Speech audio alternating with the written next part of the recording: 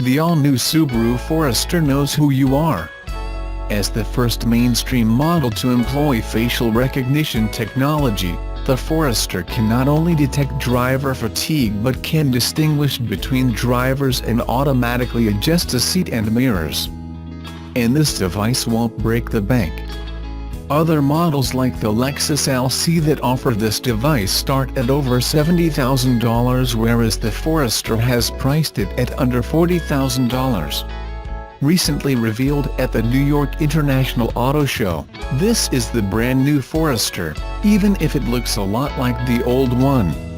Not wanting to confuse or disappoint the market with one of its biggest selling models, the Japanese carmaker has opted for what it calls a keep concept idea. That's right, the firm wants to keep the Forester's styling and concept pretty much as it has been for the past decade. In fact, when you check out what Subaru has done with this new Forester, facial recognition is by far the most significant addition to the car. This feature is able to detect driver fatigue and inattentiveness using a small infrared camera mounted on the top of the dashboard, and in tandem with its twin forward-facing eyesight cameras, can detect when a collision is imminent, sound a warning, and even activate safety features such as emergency brakes.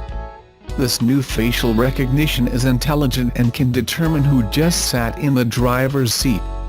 Once it has distinguished the driver's identity through 5 parameters relation between eyes, nose, mouth and chin, it will automatically adjust the driver's seat and mirrors to suit that driver. Subaru says that the infrared camera can even decipher identities through sunglasses. The new Forester might sit on the Subaru global platform, which underpins the Impreza and the XV, and incorporate the brand's signature boxer engine and all-wheel drive powertrain, but it loses the gutsy turbo engine option on the flagship model as well as its 6-speed manual transmission fitted to lower trim models. Subaru has to keep its Forester fresh and relevant. And advanced technology like facial recognition helps the brand do just that. It makes sense when your brand is a small player in the North American market, but your sales have climbed 5.4% over 2016 results to just under 648,000 units for 2017. And after the Outback, the Forester is the firm's second biggest selling model with over 177,000 sales last year. This is one of Subaru's main bread and butter cars, so they don't want to play with its successful formula too much. In contrast to what Toyota did with its new RAV4, Subaru took the outgoing Forester and merely tweaked its exterior with a taller grille, new wheel surrounds and restyled taillights. Subaru has done its homework, translated as customer clinics, and found out that the vast majority of buyers like the current chunky, boxy, go anywhere, suit any situation type of styling. So when you're on a good thing, as they say. Dozens of Subaru owners over the past decade say they like the brand's signature boxer engine feel, all-wheel drive powertrains and class-topping crash safety record. But while the design department minimized changes to the exterior, engineers also simplified the Forester's engine lineup. Now, this crossover only gets a choice of one engine, a revised version of the 2.5-liter Boxer 4 that develops 182 horsepower and 176 pounds-ft of torque. According to Subaru, thrown in the unwanted bin was the 250 horsepower 2.0-liter Turbo 4 for the simple reason that only 5% of buyers were selecting it. The 6-speed manual transmission, standard on lower trims versions, will also disappear from the Forester lineup, replaced by the company's CVT.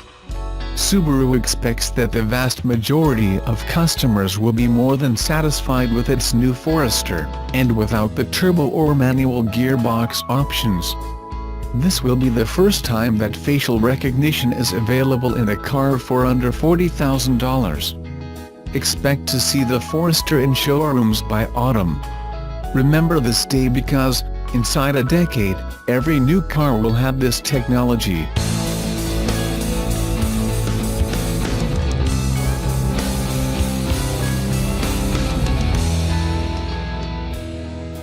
Nissan has built a battery remanufacturing facility that will disassemble used battery packs, discard any of the 48 modules that have lost 20% or more of their original capacity, and replace them with modules from other batteries that are still serviceable.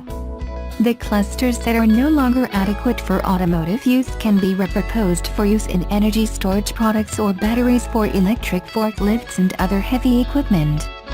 The price of a remanufactured 24 kWh battery for a Nissan Leaf is $2,855 in Japan. The price in the US is unknown at this time, but Craig Van Battenberg of the Automotive Career Development Center in Worcester, Massachusetts, tells Green Car reports the replacement batteries can be installed by a local Nissan dealer or properly trained independent. The new factory only began operations this month, so it may be a while before remanufactured batteries are available outside of Japan. Eventually, however, it will begin rebuilding the 30 kWh and 40 kWh batteries found in later Leaf models. Recycling and repurposing lithium-ion batteries is vitally important as the world transitions to electric cars.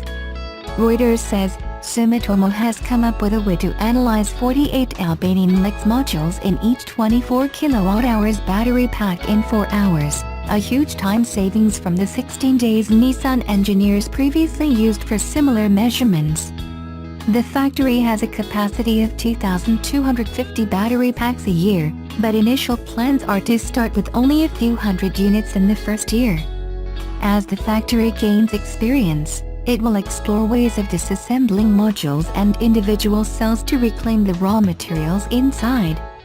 One of those materials is cobalt, which is becoming more expensive and is often derived from child labor. China has recently enacted new policies putting the burden on manufacturers to recycle and dispose of lithium batteries in a sustainable manner, setting an example for other nations to follow. Japan is now part of that trend.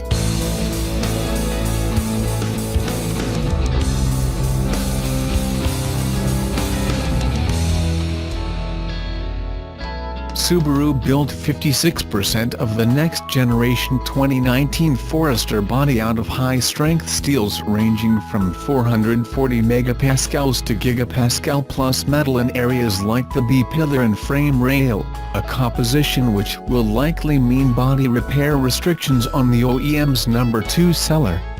Subaru sold 177,563 Foresters in 2017, around 11,000 or so behind the OEM's top-selling Outback, so it's clearly a vehicle repairers will encounter and need to research, particularly shops in regions full of Subaru diehards.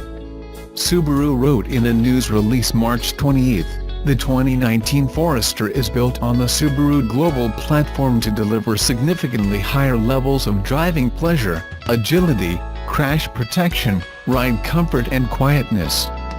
The Forester's new platform integrates the latest version of the Subaru ring-shaped reinforcement frame design, proven over nearly 2 decades to provide excellent occupant collision protection. A graphic provided by Subaru describes the body in white, which was 44% 270 mpa mild steel, 12% 440 mpa high-strength steel, 31% 590 mpa advanced high-strength steel, and 6% 980 mpa, 1% 1180 mpa and 6% 1470 mpa ultra-high-strength steel.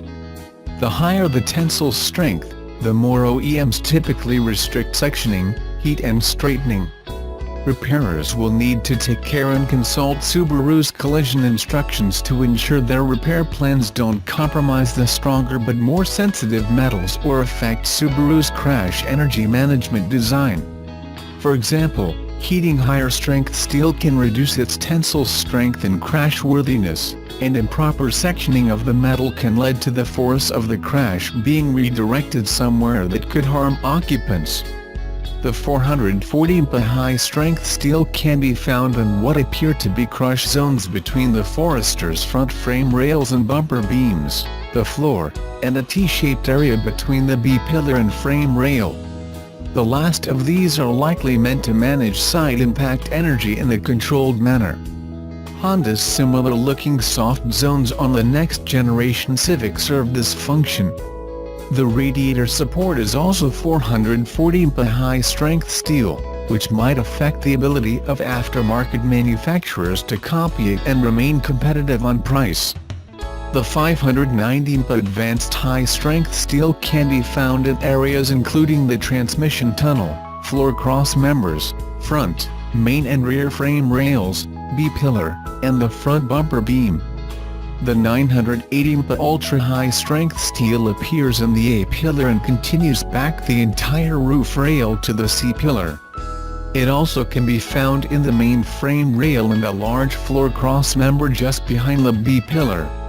The 1180 mpa steel was used in the main frame rail sandwiched between the 590 mpa and 980 mpa steel and in the roof cross member spanning the car between the B-pillars. Finally, the 1470 mpa steel can be found in the B-pillar, rear bumper beam and in what appears to be the back of the front bumper beam. Subaru plans to make all of its next-generation models using the new global auto body platform through at least 2025, so if techs familiarize themselves with the automaker's recommendations, they should be relatively comfortable with all next-gen Subarus. But a technician wrong about one element of the modular platform's repair will likely repeat the error across all the global platform Subarus he or she encounters. Of course, given the rapid technological change, the technician might have to adapt multiple times before the platform becomes obsolete. Subaru wrote about the platform in 2016. The platform anticipates further improvements in strength and new materials and has the potential to continue to offer the world's highest levels of collision safety even in 2025. While couldn't reproduce the Forester body in white diagram specifically, Subaru did give us this look at the 2017 Subaru Impreza wagon skeleton. It shares the same global platform and some of the characteristics of its 2019 sister vehicle and might give you some of an idea what will be coming on the Forester.